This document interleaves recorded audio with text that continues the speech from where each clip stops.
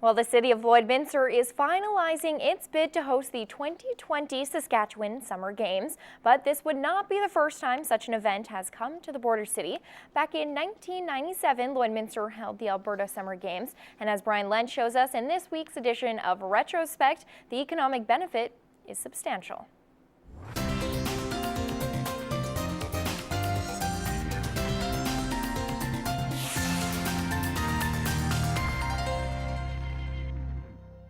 .600 coaches, officials, athletes, spectators, and volunteers were surveyed during the Games on a number of issues, ranging from where they were spending their money to where they were spending their time. An estimated 4,000 spectators visited Lloydminster, along with 2,100 athletes, 500 coaches and officials, and close to 200 VIPs. Total spending for the Games was over $3.2 million.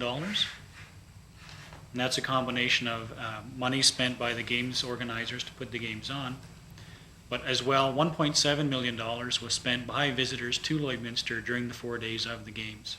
Since then, the economic boost for a host city has only increased, aided in part by available grants worth more than $1 million. They're estimating from just based on the last Games about $7 million for economic impact. So. Rekomowicz helped organize the 97 Summer Games and is confident Lloydminster would be ready to host in 2020.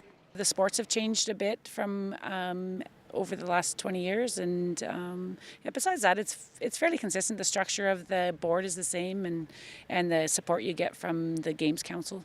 Currently, we could host the Games without any major upgrades. She adds Lloydminster would be able to utilize facilities both outside and within city limits. We'd house the athletes at Lakeland College. We'd use local gyms for some of the sports, the Service Sports Center. Bud Miller, we would look to host the triathlon.